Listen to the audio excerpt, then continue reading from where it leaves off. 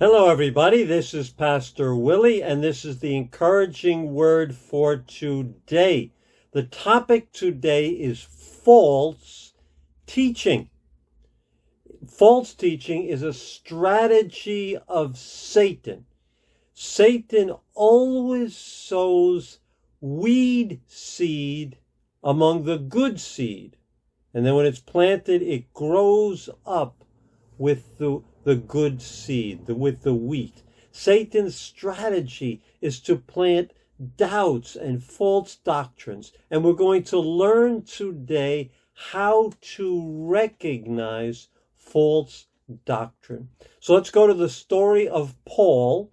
And right at this point in Acts chapter 14 and 15, everything is going well in Paul's ministry, Paul and Barnabas's ministry. Many people are turning to the Lord. Disciples are being trained.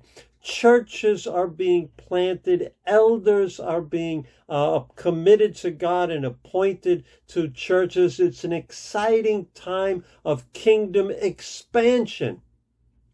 Then a group of people came, a group of believers came and started teaching that unless people are circumcised, they cannot be saved.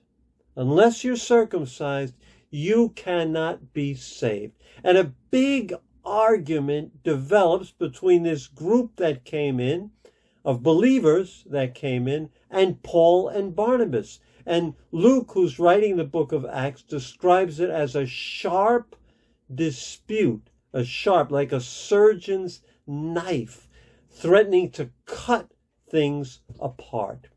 So they traveled to Jerusalem. Barnabas and Saul traveled to Jerusalem to present the issue to the apostles, to Peter, and the leaders of the church in Jerusalem. And the people who said you must be circumcised to be saved came also, and they stood up and listened to Acts 15 verse 5, will tell us what they say, and then Acts 15 verse 8 and 9, which will give Peter's response. So first Acts 15 and 5. Then some of the believers who belonged to the party of the Pharisees stood up and said, the Gentiles must be circumcised and required to keep the law of Moses. Then Peter stands up and says, God, who knows the heart, showed that he accepted the Gentiles, by giving the Holy Spirit to them, just as he did to us. He did not discriminate between us and them, for he purified their hearts by faith.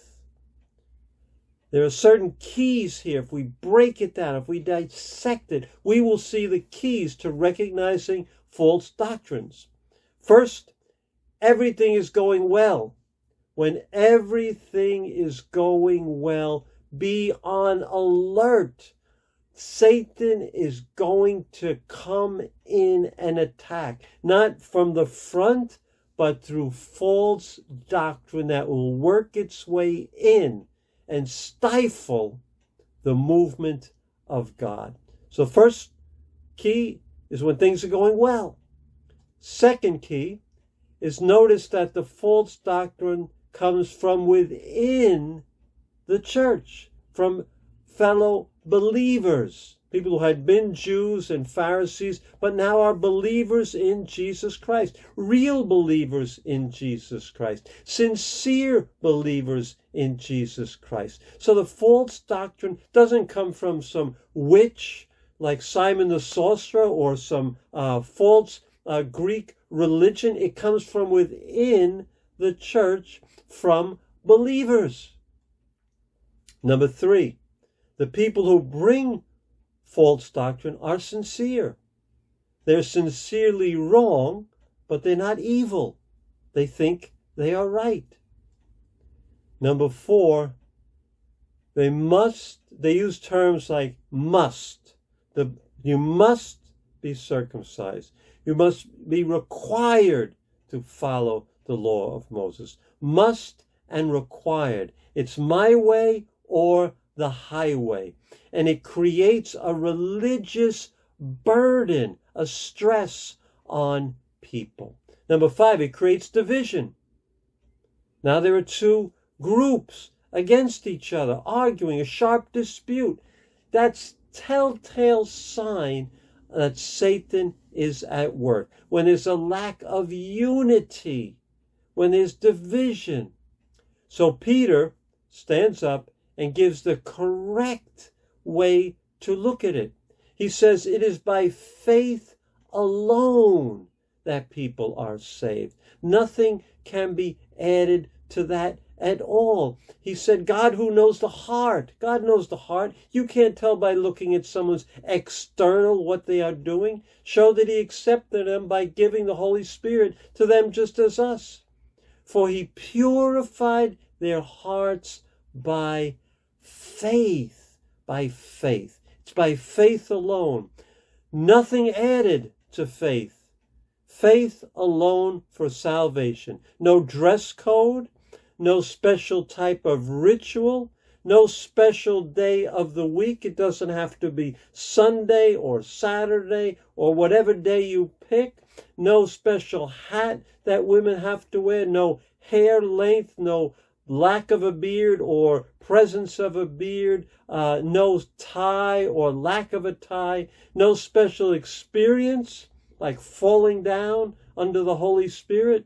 No special gift of the Holy Spirit, like speaking in tongues. Salvation is by faith and faith alone. God knows the heart, and he purifies our hearts by faith. So I hope you study this passage, and I hope you learn to discern what the signs of false doctrine are. Never add anything to salvation other than faith in Jesus Christ. Anything else is a false doctrine. God bless you, and I'll see you tomorrow.